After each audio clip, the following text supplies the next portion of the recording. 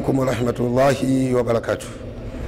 Ndugu yangu Muislamu, kwa mara nyingine tena kama kawaida yetu kuzungumzia masuala mbalimbali ya kijamii na maradhi. Leo tutazungumzia tena maradhi ya kijini. Tunaposema maradhi ya kijini, watu wengi wanafikiri ni vitu tu vya mzaha. Shetani au jini ni kiumbe hatari sana. Asilimia 90 ya wanadamu wanasumbuliwa na maradhi haya ya kijini, ya kichawi. Bahati mbaya wengi wetu hatuna elimu ya kugundua kwamba maradhi haya ni ya kijini au ni uchawi. Sasa naomba uniangalie kwa umakini na utege sikio kwa umakini na uwe dhahiri unapoangalia klipu hii. Msimulizi wako au mtaalamu wako ni mimi Sheikh Mwaipopo, au sinite Sheikh, nite tumhubiri Mwaipopo wa dini ya Kiislamu ex-pastors. Nimekuwa na uzoefu mkubwa sana wa taaluma hii na kuzungumzia viumbe hawa inshallah. Na yeyote ulipo popote duniani kama upo, mimi niko Dar es Salaam Tanzania. Kwanza tunafanya dua kubwa sana hapa Dar es Salaam, eneo la Buguruni Sheli. Ukifika tu Buguruni Sheli, basi njoo moja kwa moja, kuna msikiti mdogo, mbele ya msikiti kuna ofisi yetu. Kwa wale ambao mko Dar es Salaam na hata nje ya Dar es Salaam naweza mkaja hapa. Jambo la pili, tunatumia mafuta matukufu. Mafuta haya yametajwa ndani ya Qur'ani, ni mafuta hatari sana. Wengi wenu mmeyatesti, mmeona, na ndio maana mpaka leo hii naendelea kutoa simulizi katika chombo hiki cha habari katika mitandao ya kijamii, kwa sababu ninachokifanya kiko wazi, si kitu cha kubumba au cha kutengeneza tu. Ni jambo ambalo liko dhahiri kwa watu wa nje, Ulaya, Amerika, Uarabuni, popote duniani. Namba yetu ya simu inapita chini. Tutakutumia mafuta haya kwa kutumia DHL mpaka ulipo mlangoni kwako, yatakufikia. Na inshallah utakachokifanya sisi huku ni kukuomba address yako, majina yako na kufanya dua. Mwenyezi Mungu atakuondolea mitihani. Wapo ndugu zetu wa Kiislamu wanasumbuliwa sana na majini, hadi kupelekea kuota ndoto ambazo ni za kutisha. Mhusika akizinduka usingizini kwa mshtuko mkali, wengine upiga ukelele. Yaani mtu anapiga kelele katoka usingizini pindi azindukapo usingizini. Hii inatokana na uzito, yani uzito wa ndoto hiyo ambapo mwanadamu huyo ameiota. Sasa Mtume, ndoto ambazo zinatokana na majini, Mtume mwenyewe amezielezea kutoka kwa Jabir, radhi za Mwenyezi Mungu ziwe juu yake. Amesema alikuja Mwarabu kwa Mtume Muhammad sallallahu alaihi wasallam, akasema, ewe Mtume Mwenyezi Mungu, nisikilize hiki kisa. Akamwambia Mtume Mwenyezi Mungu, nimeota katika usingizi kana kwamba kichwa changu kimepigwa upanga, alafu kinabimbilikita chini. Mtume akamwangalia akasema, Mtume Muhammad sallallahu alaihi wasallam kumwambia yule Mwarabu, usiwadithie watu kwa kuchezewa kwako na shetani. Yule Mwarabu alipokuja kwa Mtume wakati wa Mtume Muhammad sallallahu alaihi wasallam, aliota kichwa chake kimepigwa panga, kinabimbilikita chini, kimekatwa. Akaja akamwambia Mtume ile ndoto. Mtume wa Mungu rehema na amani ziwe juu yake akamwambia, usimwambie mtu yoyote ndoto hiyo, usimweleze mtu yoyote ndoto hiyo. Ni ndoto inayotokana na kuchezewa wewe usingizini na shetani. Kwa hiyo hapa tunapata mazingira Waislamu, hata msiokuwa Waislamu, unapopata ndoto yoyote ya kutisha, kwa kauli ya Mtume sallallahu alaihi wasallam, ndoto yoyote yenye kutisha, Rasulullah sallallahu alaihi wasallam anasema inatokana na shetani. Na unapoota ndoto hiyo inayotokana na shetani, jiepushe sana kuambia watu kwamba mimi leo nimeota hivi. Ndoto yoyote mbaya inayotisha inatokana na shetani na haifai kumweleza mtu. Haya sio maamrisho yangu, ni maamrisho ya Rasulullah sallallahu alaihi wasallam. Sasa nitakueleza zipo dalili mbalimbali zinazoashiria kwa mtu huyo kakumbwa na majini. Miongoni mwa dalili hizo ni mtu kuona mambo fulani yanayotisha ndani ya usingizi. Yani ziko ndoto au dalili zinazokupelekea kwamba huyu mtu ana tatizo la shetani au chawi. Na hapa ndipo watu wengi wanashindwa kuelewa. Na ndio maana mimi nasema mtu yote anataka kupata msaada wetu, kwanza atupigie simu. Jambo la kwanza wanamuuliza umekwenda hospitali kupima maradhi yako? Jambo la pili namuuliza niambie unajisikiaje? Akishanipa zile dalili mimi nitajua huyu ni jini, huyu ni uchawi na ni jini gani. Majini wengi. Kuna jini ashki ambaye tunamuita mahaba kwa lugha ya Kiswahili. Kuna jini kinyonga, kuna jini subiani, kuna jini makata, kuna jini simba, kuna jini kifafa, kuna jini makabul, kuna majini wako wengi. Sasa unaponieleza zile dalili kwa uwezo wa Mwenyezi Mungu, sababu nina taaluma nazo, mimi nitakwambia huyo ni jini fulani. Alafu nakwambia utatumia mafuta ya chupa kadhaa kwa siku kadhaa kwa mfumo huu. Sasa bahati mbaya watu wengi wamelelewa katika mazingira ya ubishi. Mtu mwingine atakwambia wewe mimi na Yesu, wewe usidanganye watu. Uwe na Yesu, uwe na nani? Mchawi anataka kukuloga na kuloga. La msingi kusema namshukuru Mwenyezi Mungu Subhanahu wa Ta'ala. Allah azidi kunilinda na Mungu amenilinda.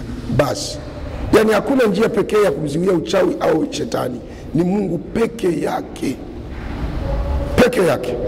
Unapoingiwa na shetani au kabla haja kuingia shetani, ni Mwenyezi Mungu ndiye anaweza akazuia. Yesu hana uwezo wa kumzuia shetani, Muhammad hana uwezo wa kumzuia mchawi. Hata Muhammad sallallahu alaihi wasallam aliweza kunusurika kwa sababu alikuwa na Mwenyezi Mungu na Mungu alimnusuru. Na ndio maana sisi Waislamu huwa tumuombe Nabii Muhammad. Sisi tunamtakia rehema Muhammad sallallahu alaihi wasallam. Sisi tunamuomba Mwenyezi Mungu Subhanahu wa Ta'ala.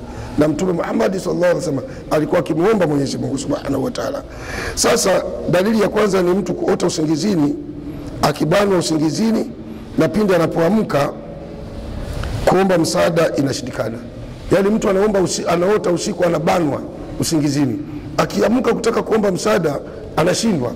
Wataalamu wa ndoto au mashetani wanasema ni jini moja inaitwa jini jinamizi. Ndio huyo shetani wa jinamizi. Yani unakuwa unafahamu lakini anakutesa ukiwa usingizini, unaota unabanwa, unakaba kwa ukipiga kelele uwezi, kusimama uwezi, lakini akili unakuwa unazo. Huyu ni shetani wa jinamizi. Dalili ya pili ni mtu kuota usingizini, ni mtu kukosa usingizi, na kukosa usingizi kwa muda mrefu sana. Yani usiku kawaida ya mtu alale, asinzie, aamke asubuhi, lakini wewe usiku unalala, umelala kabisa lakini upati usingizi. Hii ni dalili ya mtu mwenye shetani wa kijini. Dalili ya tatu, kufanya wingi wa kuamka usiku. Unakuwa unaamka sana usiku. Dalili ya nne, kuota unafanya mapenzi na wanawake au na mwanaume. Unaota kabisa unaingiliwa. Kuota unaona wanyama kama paka, mbwa, nyumbu, nyoka, simba, mbweha, panya na vinginevyo. Unaviota usingizini, sio live unaota. Dalili ya sita, kutafuna meno usingizini. Dalili ya saba, kucheka au kulia au kupiga kelele usingizini. Dalili ya nane, kusimama na kuanza kutembea usingizini pasina kuwa na kujitambua. Dalili ya tisa, kuota upo porini, yani kuota unaporomoka kwa maporomoko marefu usioyaona mwisho wake. Hiyo ni ndoto tu unaota. Dalili ya 10, kuota unabweka kama mbwa. Dalili ya 11, kuota ukiwa makaburini au jalalani au katika njia inayotisha. Jamani, hii ni ndoto tu unaota. Sasa ukiona unaota ndoto hizi, tambua kwamba wewe una shetani wa kijini na hutoweza kufanikiwa katika maisha yako mpaka siku ya Kiyama. Hakuna mwanadamu anaweza kufanikiwa akiwa na shetani wa kijini. Na usidanganye kupoteza muda wako kwenda kumtoa shetani wa kijini kwa kutumia uchawi. Shetani anatolewa kwa maneno ya Mwenyezi Mungu na kwa tiba elekezi aliyoelekeza Mtume Muhammad sallallahu alaihi wasallam. Kwa hiyo mimi msimulizi wako, mhubiri wako wa dini ya Kiislamu Mwaipopo, tunafanya huduma hizi, na ninaomba watu watuelewe, hatufanyi huduma hizi kutaka kuwakomoa watu au kwa call watu, yani kuwafanyia utapeli. La, tunafanya huduma hizi kama sehemu ya msaada katika jamii. Baada ya kuona watu wanahangaika hapa na pale, wanapoteza paka mwelekeo wa dini, mtu anaingia paka kwenye shirki baada ya kuona huyu shetani, tukasema uwezo upo kwa sababu Mungu tunaye, na tunaweza kwa sababu Mungu yuko na sisi, na Mungu ametupa maarifa. Waislamu, piga simu yako kutumia WhatsApp yangu hapo chini, popote ulipo duniani, nitakutumia mafuta yangu ambao ni dawa ya hatari sana. Ni dawa hii hatari sana ya mafuta, utaitumia kwa muda wa siku 7 mpaka siku 14. Tunaendelea. Dalili ya 12, kuota unaona watu wenye sifa za waliokufa au wafupi sana, au kuona watu weusi sana na warefu sana kwenye ndoto. Dalili nyingine, ukiwa macho tofauti na usingizini, yani mtu uko macho kama hivi mimi niko macho. Dalili ya kwanza, mtu aliathirika na shetani au na uchawi. Dalili ya kwanza ni kupatwa na maumivu ya kichwa muda wote, kichwa kinauma sana.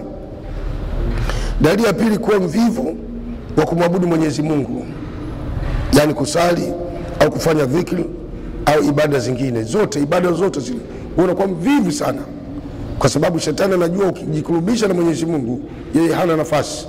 Sasa anakutia uvivu sana, unakuwa wewe ukitaka kusoma Qur'ani uwezi, kusikiza Qur'ani utaki, ukiambiwa kusali utaki, basi fanya zikri za kumtaja Mwenyezi Mungu uwezi, utaki. Hizi ni dalili za mtu aliyeathirika na shetani. Dalili ya tatu, kunywa pombe na kuwa mzembe. Yani wewe unakuwa ukipata tu mshahara wako au ukitafuta pesa, ukipata pesa yako wewe ni pombe tu na wanawake. Yani pombe paka wazazi wako pesa ni pombe. Ufikiri maendeleo, ufikiri wazazi, ufikiri chochote. Sasa watu wasiojua wanakuwa na laumu mtoto pombe. Huyu mtoto sio huyu mtoto pombe. Jiulizeni kwa nini huyu mtu kabadilika hivi, au mtu anakuwa mvuta bange ghafla tu from nowhere. Dalili ya 4, kuwa na maumivu katika viungo, mgongoni mwa viungo, maungoni mwa viungo ambazo zinakuwa na maumivu makali sana ukiwa na ushetani, na kushindwa matibabu. Ukienda hospitali maungo yanakuwa yanauma sana. Ukienda hospitali unaambiwa atuone ugonjwa wote. Ukienda wapi atuone ugonjwa wote, lakini mwili wote unauma sana, unachoka sana. Hii ni dalili ya mtu mwenye shetani wa kijini. Kwa hiyo ndugu yangu unayenisikiliza hapa na unayenitazama kupitia YouTube ya Mwaipopo Online TV, chukua maamuzi mapema. Namba yetu ya simu iko hapo chini inapita. Inshallah biidhnillah tutaweza kukusaidia na msaada wetu popote pale ulipo. Tutaweza sisi kukutumia dawa zetu ambazo hazina ushirikina wa aina yoyote. Sasa nakwenda dalili nyingine za jini huyu ashki. Watu wengi mueleza jini ashki. Jini ashki anakuwaje? Nieleze dalili moja. Huyu jini ashki ambaye wanasema ni mtia hamu ya tendo la ndoa au anavuruga kabisa hisia ya tendo la ndoa, ni mtu kuwa na wivu uliopita kiwango kwa mwenzi wako. Yani ukiwa na huyu jini ashki, jambo la kwanza ameitwa ashki kwa sababu gani? Nafikiri ashki ni neno la Kiarabu, tafsiri yake kwa Kiswahili yani anakupa hamu ya tendo la ndoa ufanye naye yeye. Ndio tafsiri ya haraka kwa lugha ya kikubwa. Sasa ukiwa na jini ashki, dalili ya kwanza ni kuwa na wivu sana kwa mwenzi wako, kwa sababu majini wana wivu mkali sana kuliko sisi wanadamu. Hivyo ukiwa naye huyu unakuwa na wivu sana, unaanzisha wivu wa kijinga tu mpaka mgombane na kuachana. Ujini anafurahi sana kwa sababu ni jini anayetaka wewe ukae bila mke. Sikiliza vizuri. Dalili nyingine ni mwanamke kuchumbiwa, yani unakuwa unachumbiwa kisha kumuona yule mwanaume anayekuchumbia anapokuwa mbele yako ana sura kama vile labda ngedere au tumbili, ndio ameweza kwa jina hilo, au kumuona mchumba wako ana midomo iliyokuwa mibaya kabisa, au kumkejeli kwa namna yoyote ile ili mradi usiolewe naye. Yani mchumba anapokuja kukuchumbia, mtoto wa kike au mtoto wa kiume unapopata mchumba, katika nyinyi wawili mmoja mwenye jini huyo, utamuona mwenzako ana sura mbaya, au unapaka mkejeli, mfanye mambo ya ovyo, paka yule mwanaume au mwanamke aseme mimi siolewi na wewe. Hujua ukiwa na tabia hizo una huyu jini anaitwa jini ashki au jini mahaba. Dalili ya tatu ni mchumba, ni kuchumbia mchumba huyo pindi unapomuona tu au kusikia habari zake, au yani ukisikia tu habari tu za kwamba huyu ndio mchumba wako, basi wewe unakuwa unamfyonza au unabinua midomo, utamani kabisa kuwa naye karibu na wala huwezi kumkaribia yule mwanaume. Hii ni dalili nyingine ya jini ashki. Dalili ya 4, kuota njozi za kufanya tendo la ndoa. Yani yule jini anajibadilisha, anajimithilisha na umbile la mwanadamu, ndio unaota unafanya naye tendo la ndoa. Dalili nyingine, kuona usingizi unapita kiasi kwa mwanaume au mwanamke aliye na jini huyu, basi naye anakuwa na usingizi mkali sana. Yani ni vitu ambavyo vinafanana kwa mwanamke na mwanaume. Dalili ya mwisho ambayo ni ya 6 kwa mtu mwenye jini ashki, kutopenda kuoga au kutopenda kuongea na jinsia nyingine. Yani upendi kuongea na mtu wa jinsia nyingine. Ukiwa ni mwanaume upendi kuongea na wanawake, ukiwa ni mwanamke upendi kuongea na wanaume. Yani ukitaka tukuongea nao unakuwa na hasira sana. Kwa upendi kuongea na mtu wa jinsia nyingine. Wapo wanaume wasioweza hata kumtamkia mwanamke, na hata kumtumikia mwanamke na kupenda mwanaume hawezi, na hata kama hataki kusikia habari ya kuoa au kuolewa. Ukishakuwa na ujini kwa mtoto wa kike au wa kiume, utaki kusikia habari za kuoa au kuolewa. Naomba mnisikilize vizuri sana ndugu zangu Waislamu, na hata msio Waislamu, huu jini achagui. Yani ukiwa naye ujini hutaki kusikiliza habari za kuoa au kuolewa, na mambo yako yote yanakuwa ni yenye kuharibika. Dalili hizi ni dalili nyingi sana za jini huyu. Mimi naomba niishie hapa na nikomee hapa. Niwapeni tu majukumu, nyinyi wenyewe mjitafakari popote unapotuangalia, uwe ndani ya nchi au nje ya nchi. Nimekwambia kwamba tiba sio biashara na elimu sio biashara. Tiba ni huduma na elimu ni huduma. Sisi hapa hatupo kibiashara, naomba watu wasikize. Ingelikuwa inawezekana hata kukupatia bure tungekupa bure, lakini haiwezekani kukupa bure wallahi, kutokana na material na namna gani tunavyopata vitendea kazi vya kukuwezesha wewe kupona. Ina maana tukikupa wewe bure, wengine wote watakosa. Na ndio maana kile kidogo tunachukua kwako na kwa huyu na kwa yule, watu wengine ndio kinakuja kuwasaidia kile. Kwa hiyo unakuwa ni mzunguko, tuna surround. Kwa popote ulipo, naomba uliamini hili na ulikubali hili inshallah. Kwa uwezo wa Mungu utapona, usikate tamaa. Namba yetu ya WhatsApp iko hapo chini, unaweza ukapiga. Kama Tanzania unapiga kwa namba ya kawaida tu hiyo. Kama uko nje tumia WhatsApp hiyo. Iko simu yangu ya Voda, iko simu yangu ya Tigo, unaweza ukapiga. Ulipo kokote duniani tutakutumia huduma yetu kwa kutumia DHL. Na wallahi, na hapa narudia, wallahi thumma wallahi, kwa uwezo wa Mwenyezi Mungu aliumba mbingu na ardhi bila nguzo, Mwenyezi Mungu hawezi akaleta maradhi tiba ikashindikana. Shetani hawezi kumzidi Mwenyezi Mungu maarifa. Shetani hawezi kumzidi Mwenyezi Mungu akili. Mwenyezi Mungu anawajua viumbe wake wote, wema na wabaya. Mtume sallallahu alaihi wasallam amesema kila ugonjwa una dawa, kasoro uzee na umauti. Kwa usikate tamaa ndugu yangu, nipigie simu yangu 24 hours. Mimi sizimi, sifungi data, sizimi simu, niko hewani. Ukiona nimezima simu basi niko msikitini, acha nipigie baadaye. Kwa utakaponipigia ndugu yangu Muislamu, nitapokea simu yako vizuri kwa mahaba, nitakuuliza, nitakupa maelekezo, nitakupa utaratibu wa kulipa pesa, alafu baadaye nitakutumia vitu yangu kwa DHL.